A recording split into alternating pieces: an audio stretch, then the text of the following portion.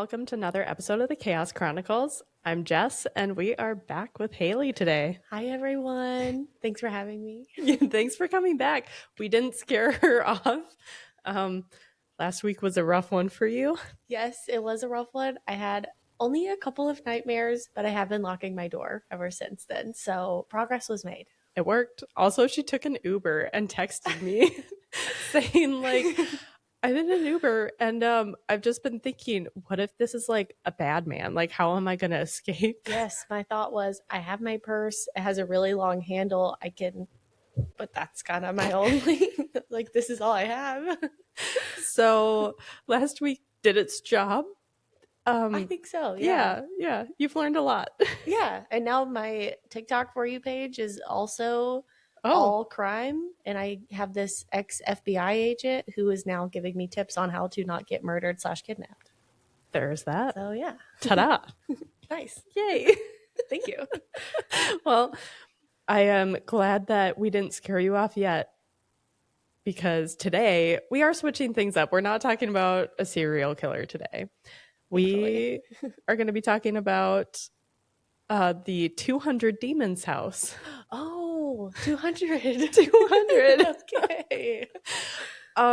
So I always start episodes off with trigger warnings, and this one is like, is there a trigger warning? I just put exorcisms. I don't know if we can put that down as a trigger warning, I guess. I mean, yeah, I watched, what's that movie, the famous Poltergeist Yeah. from when I was little. That was triggering to me, so I think it's appropriate. So, trigger warnings for today, exorcisms. So today we're going to be talking about the 200 Demons house, which is the haunting of the Ammons family that took place in Gary, Indiana.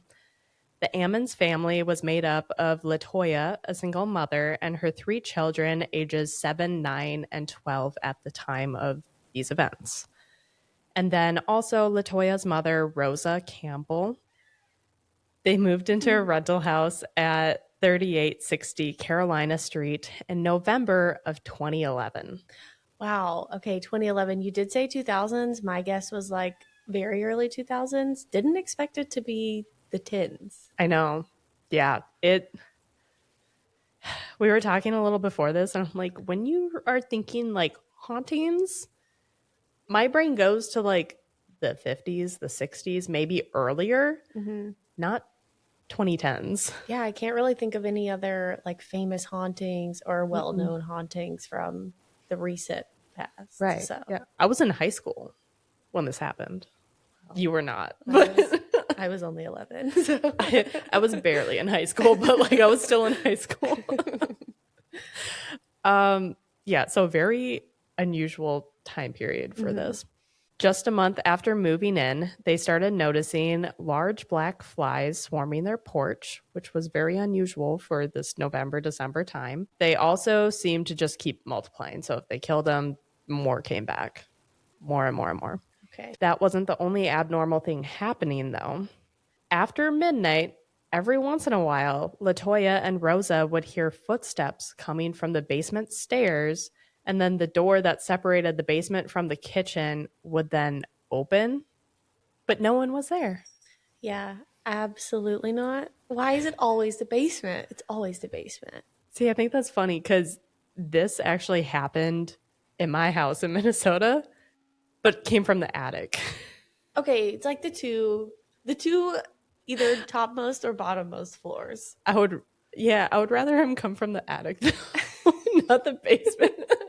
The basement makes it so much creepier for whatever reason. I would agree with that. Yeah. Maybe because it might actually be an intruder.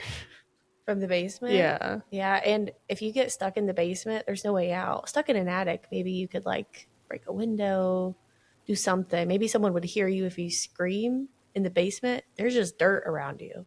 There is that. Soundproofing. Yeah. No, you ain't getting out. Good luck. Not sure if you'll be able to hear Bear, but he is being very talkative tonight. So apologies. Or if we randomly start laughing, it's because he's screaming at us. So just FYI. They would try to lock that door, but the sounds would still happen. One night, Rosa states that she woke up and saw a shadowy figure of a man pacing in her room. And then when she got up, she found wet boot prints.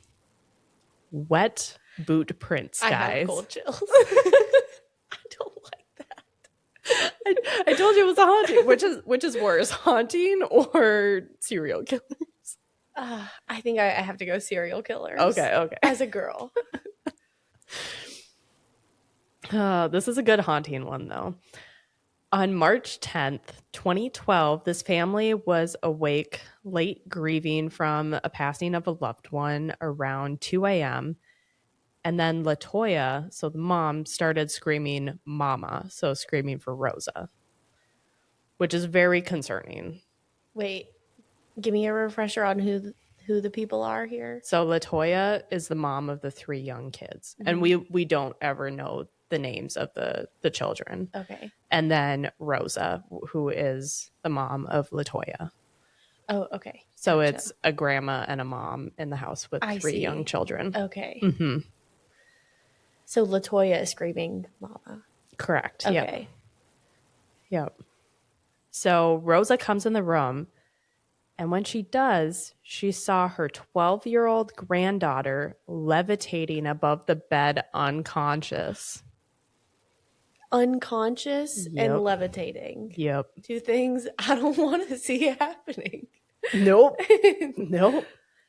Not to anyone, but especially not a child. Yeah. This sounds so like similar to the Conjuring story. I know. Oh, okay. So they started praying, and eventually she lowered back on the bed and woke up, and she had no memory of what happened. Like, the child has no memory of what happened. And is this the same child that was hearing or saw the man pacing in her room, or different? That was child? Rosa. Oh, Rosa okay. saw the man pacing. Mm-hmm. Yep. So neither LaToya or Rosa, so the mom or grandma, knew what was happening, but knew they needed help. And so they turned to local churches. Because they're like, what are the cops going to do? I don't know. Unfortunately, they don't really have a good protocol for levitating children. So, yeah, not really. Yeah. No. Most churches refused to listen to them, though. One did visit the house. They believed that the house had spirits in it, and then told them to clean the house with bleach and ammonia, and then use oil, just random oil, and draw crosses on every door, window, and even the children's hands, feet, and foreheads. Okay, I'm interested to know what's up with the cleaning solutions. The bleach and ammonia? Yeah. I need a reasoning behind that, please. Someone tell me. I mean, I was expecting like holy water. I know. Something with a churchy vibe at least. Yeah. If I'm not mistaken, I believe that I put it in here, but I believe she used like olive oil. So it wasn't even like, like the church oil. The sacramental oil, like the... Oh, I don't think we have that at my church. Oh, okay. I can't remember what it is, but like there's nothing... What is spirit? What are the bleach and ammonia going to do against spirits? I don't know. Yeah, unclear. Maybe you help with the flies at least, but not sure. There's that. Maybe that. That could be a good... Yeah, we're going to go with that. Rosa and LaToya also reached out to clairvoyants, and they ended up telling them that their house contained more than 200 demons and told them that the best thing to do was to move. But unfortunately, this wasn't an option for them at that time due to finances. Right. Which, I mean, you just moved there. How are you going to immediately move again? It's not cheap to move. We both know that. Yeah. The clairvoyants then advised that she make an altar in the basement by covering an end table with a white sheet, placing a white candle on it and a statue of Mary, Joseph, and Jesus, and then open the Bible to Psalm 91, which I looked it up because I don't know about you, but I can't just pull that out of my brain. So it is, whoever dwells in the shelter of the Most High will rest in the shadow of the Almighty. I will say of the Lord, he is my refuge and my fortress, my God, in whom I trust. Surely he will save you from the fowler's snare and from the deadly pestilence. He will cover you with his feathers, and under his wings you will find refuge. His faithfulness will be your shield and rampart. You will not fear the terrors of the night, nor the arrow that flies by day, nor the pestilence that stalk in the darkness, nor the plagues that destroy at midday. 1,000 may fall at your side, 10,000 at your right hand, but it will not come near you. You will only observe with your eyes and see the punishment of the wicked. If you say, "The Lord is my refuge," and you make the Most High your dwelling, no harm will overtake you.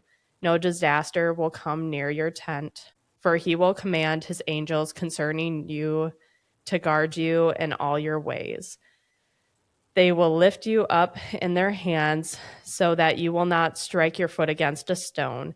You will tread on the lion and the cobra. You will trample the great lion and the serpent. Because he loves me, says the Lord, I will rescue him. I will protect him, for he acknowledges my name. He will call on me, and I will answer him. I will be with him in trouble. I will deliver him and honor him. With long life, I will satisfy him and show him my salvation. Okay. The end. So that's what they told him to turn it to. They took another suggestion of the clairvoyant, which was burning sage in the house, starting with the upstairs and working their way down. For the next 3 days after doing all of this, nothing happened.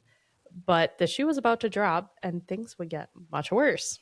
Much worse than unconscious 12-year-old levitating over the Much bed. worse. Yeah, Hey, yeah. Let's go. Yeah. Strap on in.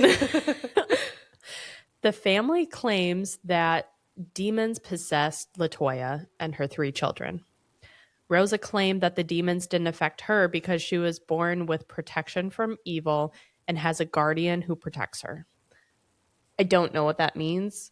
My assumption, which I was not able to find anywhere of what this meant at all, because I was looking for a hot minute. Yeah. My only assumption is like maybe she's the only one of them baptized. That's what I was thinking. Like, I know some Catholic that will baptize babies. Yeah, Catholics do. So maybe maybe she means that. I'm not sure what else that means to be born with protection from the spirits. I don't know. That is literally my only, because it frees you from original sin. So that's like the only thing that comes to my mind, at least. Me too. That's all. That's my only guess.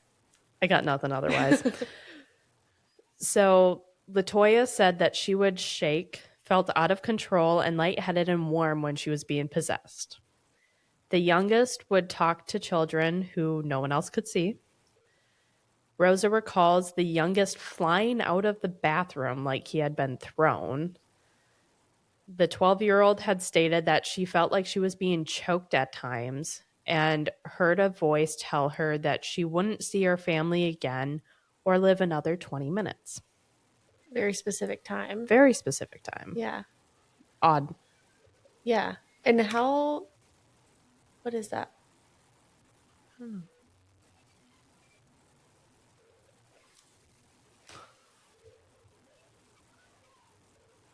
Oh, is it a show? I'm going to go turn that off. That scared me. What the heck? Poor timing. Oh, that was really poor timing. Ruby, your TV scared the crap out of us. You're supposed to alert us.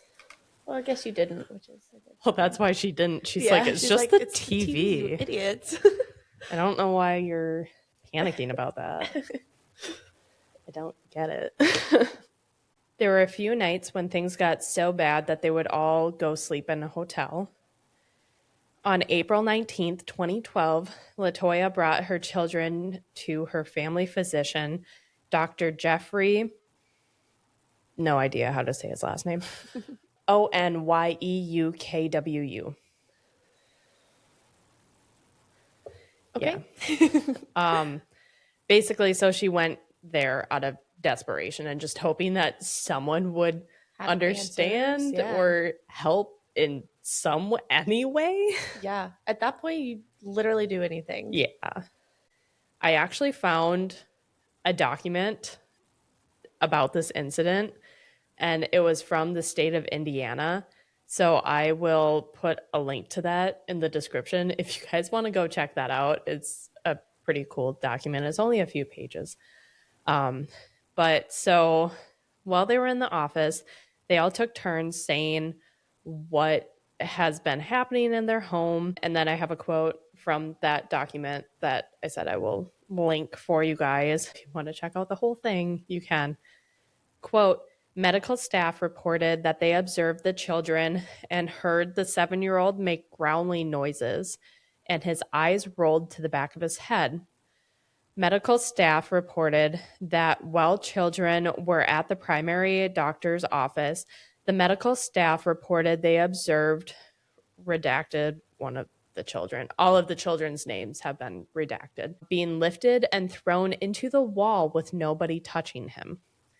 So this happened at the doctor's office? At the doctor's office. And this is why I'm saying there's a legitimate report about this whole incident at the doctor's office. Yeah. Oh my God, that's insane. Yeah. And also, like, at this point, moving not going to do you any good. No, because like this is happening attached to outside you. of the house. Yeah. Yeah. Oh, that's terrifying. Yeah. I chose this case because it's the most well-documented haunting cases, essentially. Gary Police Department went to the home, and the home has multiple religious shrines, Bibles throughout the home, plenty of water, and the home was clean. Medical staff stated redacted had a physical outburst, hitting and kicking the brother and grandmother. Mother placed the child in a gentle therapeutic hold, and the child became limp and was placed on the bed, but was difficult to arouse. Child stated he did not recall what happened. Social workers came to evaluate Miss Ammons, who is LaToya, Okay. and redacted whichever child is having the issues. Mm-hmm. His eyes rolled to the back of his head, and his teeth were exposed, and he began to growl. Redacted 9-year-old states that ghosts were attacking him and his brother. Child became aggressive and walked up the wall as if he was walking on the floor and did a flip over the grandmother. The episode was witnessed by the psych counselor and DCS worker, FCM Washington, end quote. Okay, so this kid Yeah. is walking up walls. Yep. I was tracking that part. Yep. The flip over. The flip over the grandmother. Over the grandmother. I hate to laugh because I'm sure this would be horrifying to watch, but also the image in my head is kind of comical. The image in my head is specifically from Thing 1 and Thing 2 in the live action Cat in the Hat, climbing and flipping around. Yeah. Yeah. But I think this would be a little more eerie than that. A little bit. Just a little. A little bit. Yeah. So the document continues to say how LaToya was psychologically evaluated and was found to be in sound mind, and they had no concerns about her mental stability at all. LaToya then started talking about what led her to bring her children in today. And I'm going to go back to quoting this document because it's a really good document. Okay. And I was having an issue like summarizing this between the redacted and redacted. Yeah. Right. So, quote, her 7-year-old started making noises such as growling when she would speak about different churches that she had visited and called looking for help with the demonic spirits in her children and her home. Redacted was on the other side of the curtain in another room, and she could hear his sounds. The more Miss Ammons discussed the children and the advice she would give on how to kill the spirits, her son, Redacted, got louder and louder, growling until a loud shuffle started in the room next door, and Redacted shouted for her mother to come and help. FCM and Miss Ammons, which FCM is just a worker there. Oh, okay. I'm not sure who they were talking about. At this point in time, I probably did when I was writing this, but I don't at the moment. That's okay.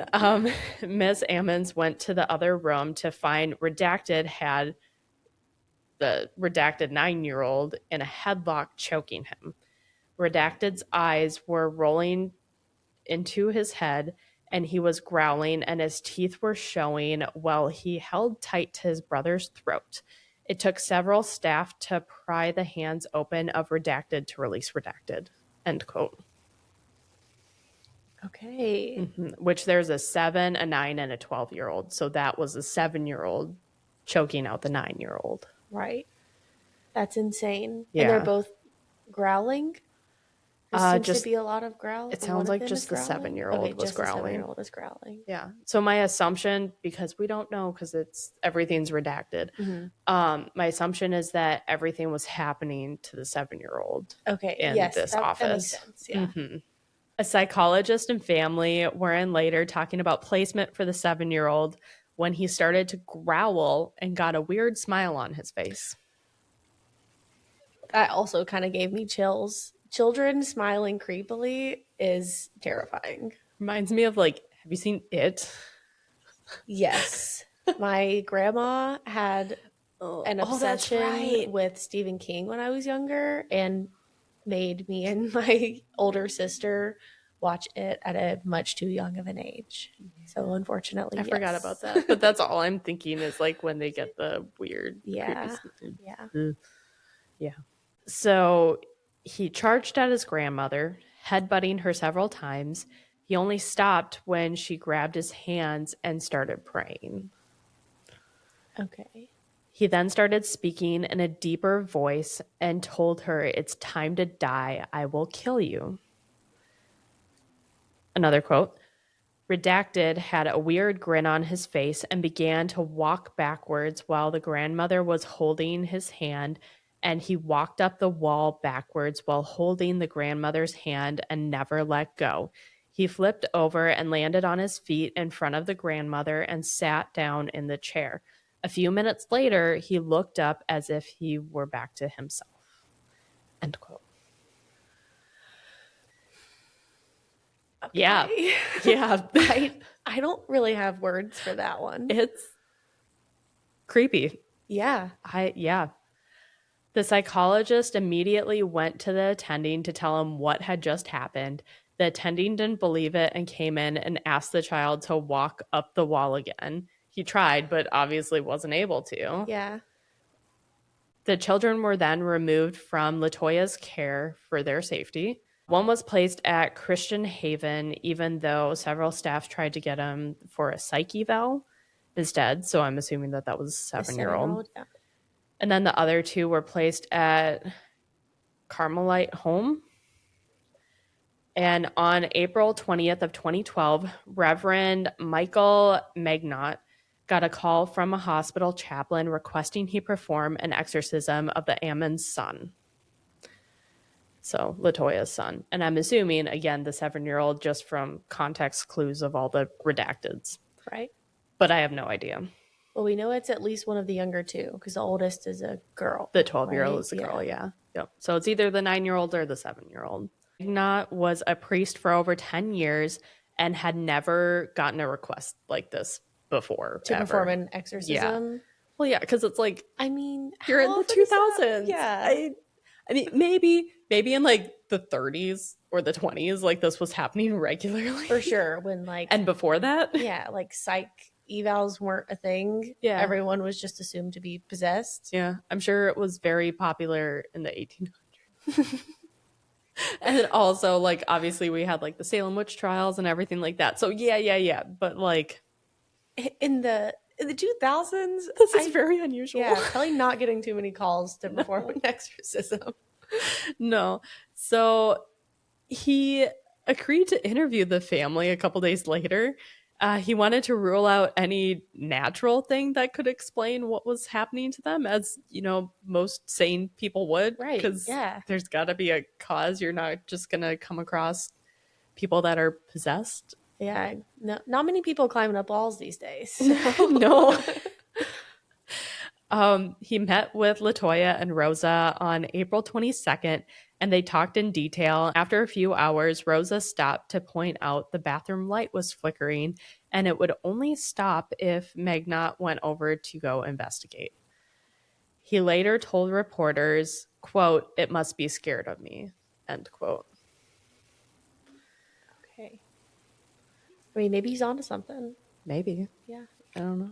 At one point, Latoya complained of a headache. Magnot, which I have no idea if I'm saying his name right, by the way. Sorry. And I might be saying it differently every time, so apologies. But he placed a crucifix against her head, and she started to convulse. After spending 4 hours with the two women, he was convinced that they were being tormented by demons. He blessed the house before leaving and told Latoya and Rosa to leave because it wasn't safe there. Less than a week later, Latoya and Rosa went back to their home to meet a DCS family case manager and a Lake County police officer so they could check the condition of the house. 2 other officers actually asked to join as well for quote unquote professional curiosity. Because I mean, You know what? yeah. If I hear about this going on in my town, I am there. First open house, I'm going. Latoya refused to go back inside, but Rosa agreed to bring the group inside. The children were still in custody of DCS. When they went back into the basement, they found that the concrete around the stairs looked like it had been broken, but the altar was still in place. And it wasn't broken previously. This had been done since they'd been gone, or not sure? Not sure. Okay. Nowhere that I had read had said anything about it before, so just now it seems to be broken. Okay. I don't know when that happened, though. Yeah. Rosa told the officers that the demons seemed to come from under the stairs. The police captain that was there that day didn't believe in demons, but ended up actually changing his mind after going through this house. When they were interviewing Rosa, one of the officers' recorders malfunctioned and lights flashed saying low battery, even though they were fresh batteries. Later, when a second officer played back their audio, they heard a voice whisper, "Hey," but it didn't match anyone's voice that was present. I hate that. I do hate that too. so much. It's like, who's here? Yeah. I mean, at least it's just, hey, not a, you will die in 20 minutes. I know, right? Oh, could you imagine? No. Oh, gosh. The officer also took photos of the house. The basement photo had a white cloud around the stairs. They zoomed in on the cloud and they state that it looked like a female's face. I was picturing a man the whole time. I was too, to be honest. Later, one officer had issues on his own. His home garage door didn't open, and the seat in his car would move backward or forward on its own. He started to believe Latoya's claims after this, but was also skeptical still. Latoya's youngest son was actually sent for a psychiatric evaluation, and they concluded that he would tend to act possessed when he was challenged, redirected, or didn't want to answer. He seemed coherent and logical aside from when he would talk about demons. He would then become bizarre and illogical. I mean, yeah. Yeah, it's hard. You got both sides of the spectrum here. Yeah. But that is also what's going to happen in 2012. You're not going to get the 1800s like she was possessed by this demon. Like everyone agrees like, yes, you are possessed. Yeah. Latoya's other children were also eventually evaluated and they came to similar conclusions for them as well. In May of 2012, 3 police officers, Reverend Michael Magnot and Rosa, went into the house. They also brought a police dog to look for any like human remains. Mm-hmm. The dog didn't have any interest areas, but they did notice a sticky substance dripping in the basement. And Magnot insisted that they check the dirt under the basement stairs as it could reveal a pentagram, a cursed object, or even a portal. A portal? To hell, I'm assuming? Oh, okay. It just said a portal, but in my brain it goes a portal to hell. Certainly is in heaven. No. Nope. The officers dug 4 feet by 3 feet and found a pink press-on nail, a white pair of women's panties, a political shirt pin, a pan lid, socks, candy wrappers, and a heavy metal object. Okay. Just a whole bunch of random stuff. Yeah. The Yeah. women's panties and the pink nail. I know, but the dog didn't have any like hot spots. I'm surprised that the dog was okay going to the basement. I feel like usually they're like, oh no, I'm not going down there. I mean, in my Minnesota house, I will say my dog did not like going in the attic. My cat loved the attic. He lived in the attic. And that is all the proof I need that that attic was haunted. Yep, exactly. Yeah, cats are like, what did they say? It's the cats are the in between the thresholds of like living in the beyond or whatever. I believe that. And my cat is definitely from that side of the beyond. She's interesting. She's a demon. Maybe not quite this bad. I don't think that's bad. No. She's not climbing the walls yet. Not on this level. Well, she might eventually. Yeah, yet. Watch yourself. You don't know what she does in the middle of the night. That's true, yeah. So Magna blessed salt and spread it under the stairs in order to seal any potential openings, portals, whatever. In one of the bedrooms, an oil-like substance was dripping from the blinds. They cleaned it up and then shut the room for 25 minutes. When they came back, the oil substance was back. Okay. Which I've only ever seen in like horror movies. Yeah. But like never about possession, so I don't.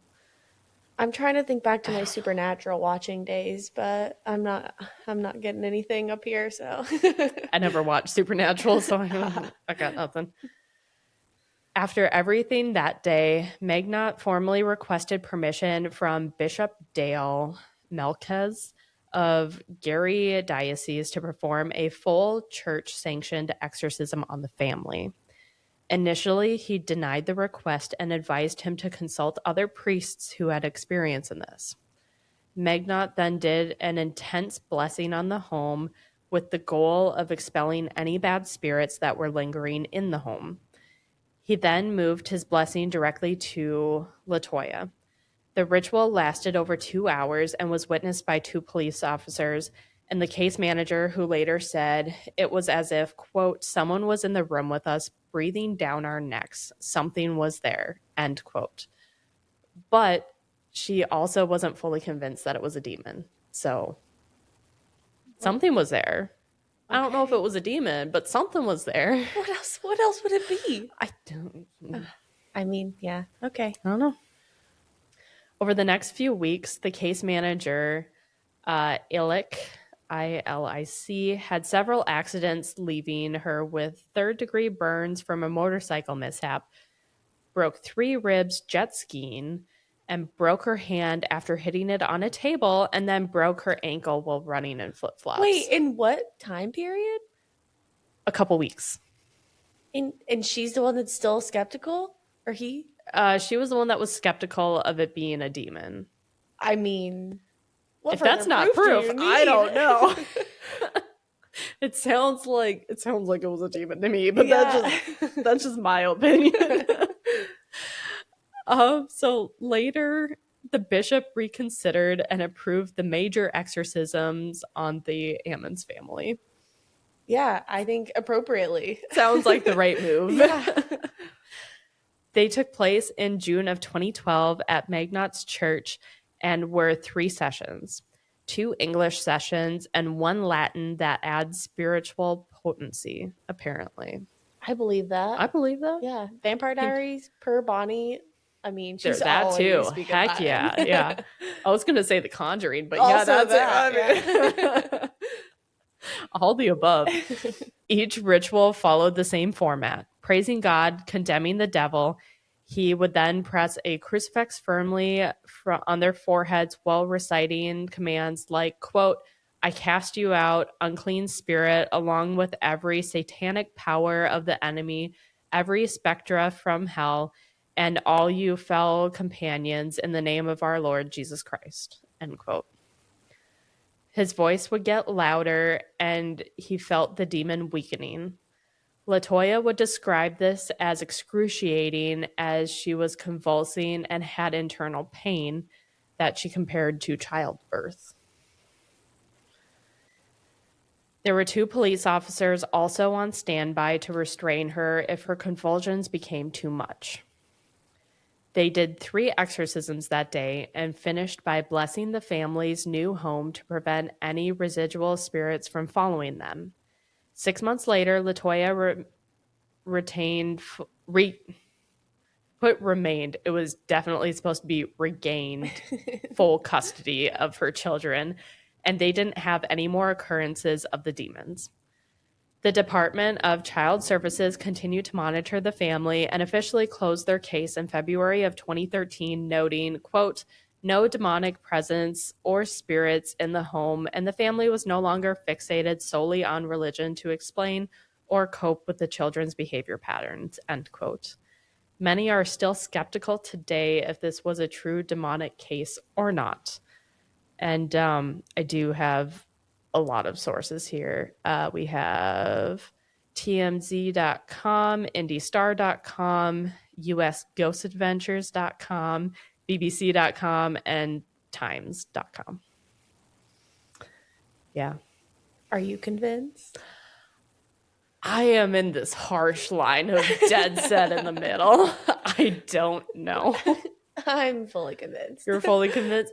I mean, like, maybe I am leaning more towards yes than no, just because of like the documented cases of like several people witnessing like him walking up I'm sorry, no child that is not possessed can walk up a wall.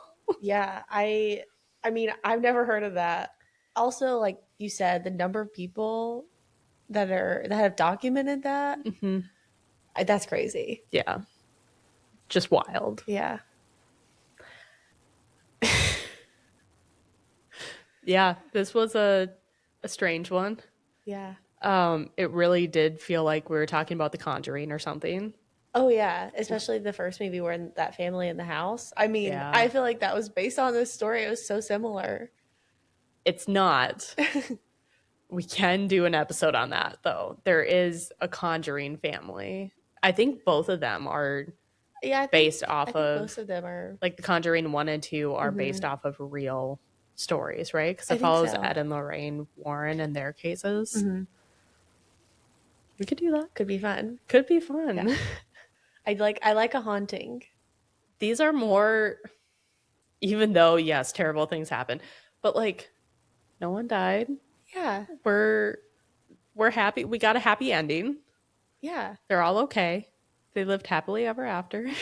Allegedly. Allegedly, yeah. I don't know what happened to them after, but yeah, redacted lived happily ever after. Oh gosh, yeah. But like, it's not like, I don't know. Last week was, I don't know how many people died, like 8 or 9, maybe more. Too many. Too many. Too many people died. Yeah. Stupid serial killers. Yeah. I've always said I wanted to get a little haunted for a short period of my life. And I say that with a grain of salt. I want it to be like a nice ghost, but definitely a true story so I can have something fun to tell people. Yeah. But there just aren't really many encounters like that. I will say, after living in a home for 5 years with a very friendly ghost, I do miss him. And I did invite him to come with us. And unfortunately, it's been a couple months and he has not made his presence known. So I think he stayed in Minnesota. No signs. He should have came. No. I mean, sunny San Diego. It doesn't disappoint. I know. I really tried to sell him on it too. I'm like, come on, Ted. Like, this will be the best adventure of your life. You haven't seen any place outside of this house in probably 100 years. You'll love it. And he didn't. He's Minnesota through and through. Minnesota through and through. He loves that attic. Hopefully he's being nice to the new girl that bought my house. Because he was quite interesting the first year. He takes some getting used to, I guess. He does. Yeah. Yep. It was like as soon as my husband named him, then he was more friendly. Oh, He just wanted a name. Yeah, he wanted to be known. Maybe in the note, because I wrote her a note, like telling her a couple like weird things, like this is the security alarm code if you ever need a blah, like whatever. Mm-hmm. I should have put that in the note. By the way, there's a ghost named Ted. He's very friendly. You have to call him by his name. Yep. You do have to call him by his name. Yeah, that was fun though. We had good stories from Ted. And I need a Ted in my life. yeah, Bear and Ted were BFFs. Oh, that's so cute. Yeah. Goob especially needs a Ted. Goob is her cat. Goob would love a ghost friend. I think maybe. Mm-hmm. I think the ghost friend might not like her very much. Maybe not. It might mellow her out. Who knows? Yeah. Maybe. Yeah. Hoping for the best. I'm wishing for my Ted. Oh gosh. Well, it's been a fun episode. This was fun. Thanks for having me. Yeah.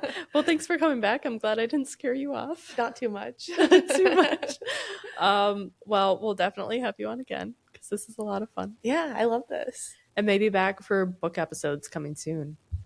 So make sure that you are following us on all of our social media platforms so you do see when not only our next episode comes out, but when we start posting our book episodes, because those are coming up. We are planning them. I have outlines ready to go, and Hayley will be joining me for that. After I actually read the books. It'll be a lot of fun, though. I'm very excited. I'm also really excited. And I think all of you guys are going to enjoy it. And it's not Twilight, and I'm not going to complain about it every episode, so it'll be more fun. But on that note, thanks for hanging out with us, and we'll see you next week. Bye. Bye.